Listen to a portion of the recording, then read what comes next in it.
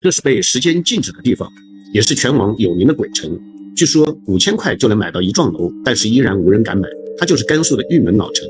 曾经的它辉煌无比，不仅是铁人王进喜的家乡，还是中国第一个石油开采地。如今资源耗尽，人去楼空，进入城区一片死寂，路上几乎见不到行人。你敢去这座鬼城走一圈吗？这里呢是一座铁索桥，过了这个铁索桥呢，又是一个在我们宜丰来说，可能是仅有的一个无人居住的村庄。过桥第一栋房子，门口全部已经长满了这个杂草，都没法过去了哈。这个房子其实也挺好的哈。那这个厨房的房顶也已经倒掉了，后面也倒了。中国人口不断向1、2线城市聚集，3、4线小城镇被持续抽空，这一趋势也被称为人口虹吸现象。从2010年到2020年，10年间，在中国3000多个县城里，人口流失的县城占比高达78%，越来越多的人口从县城流向大城市。一些专家提出警告，未来或许有高达90%的县城或将消失。据报道，2005年，中国共有约310万个自然村，而到了2025年，只剩下大约180万到200万个。20年间，中国有1/3的自然村消失了，而上海也被发现有不止一个无人村。在我们有生之年，可能会见证一大批中国小县城彻底消失。一个明显的信号是，不少小县城正在砸掉铁饭碗。比如山西省已经率先撤销了不少事业单位。为何小县城要如此大规模缩编？其实是许多小县城因为人口流失，已经供养不起那么多公职人员了。小县城已经越来越少人了，这导致小县城财政收紧，房价暴跌，公共服务停摆。小县城关起门来过小日子的安逸生活，已经无法再维持下去了。山野间，蜀人村庄的青意藏在屋后的竹林里，这抹翠绿曾是村庄鲜活的生命注脚，而今城镇化的浪潮卷走了人生。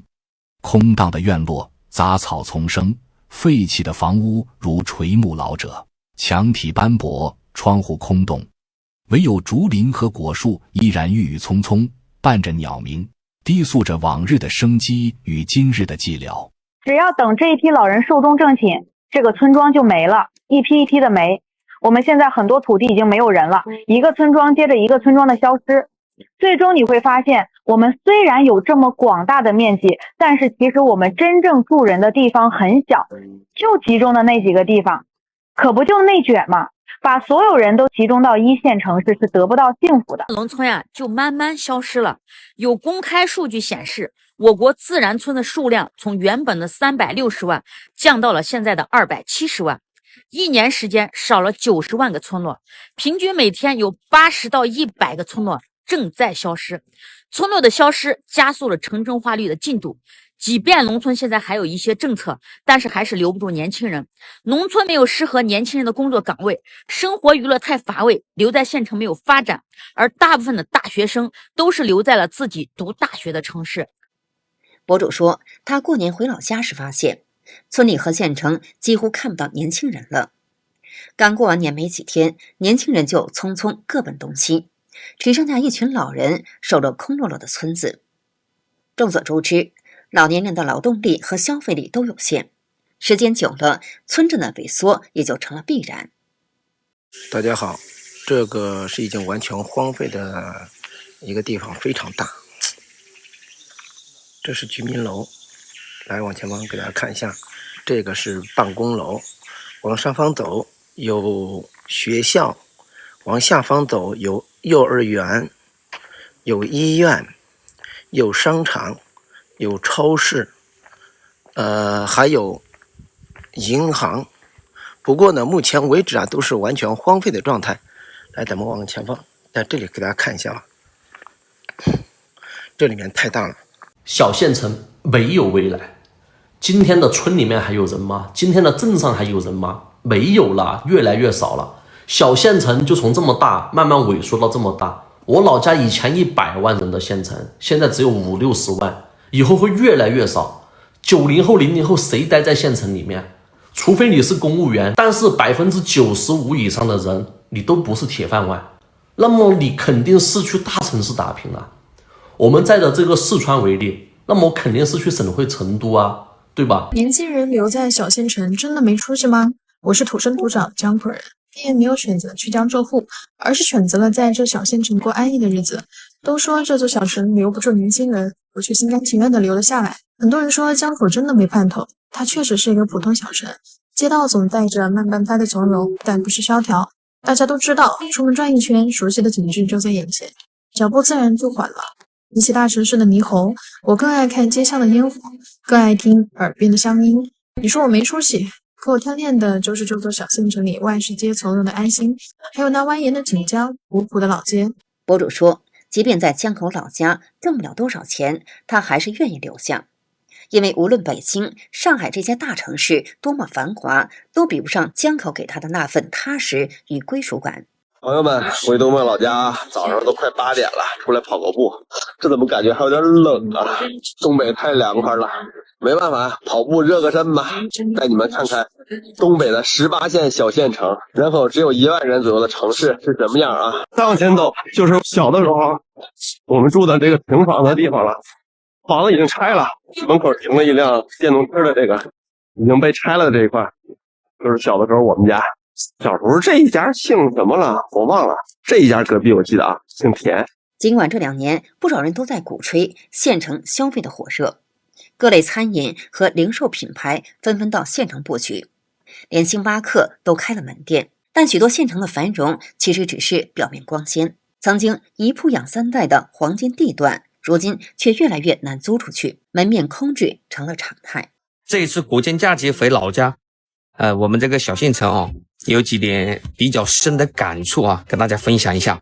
首先第一点是，以前比较繁华的那种门面街、门面房，一排一排的全部都关门了，一条街全部都关了。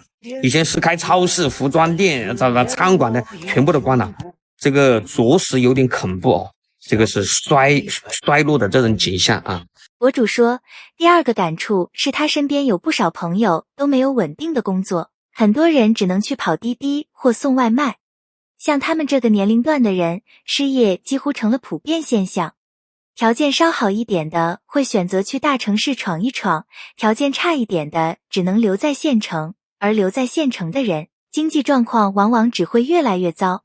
他提醒年轻人一定要离开县城，因为在小地方，资源和机会往往掌握在极少数人手里，普通人没有人脉，很难分到一杯羹。年轻人最好去北上广深这些大城市发展，虽然压力大，但至少还有机会，有奔头。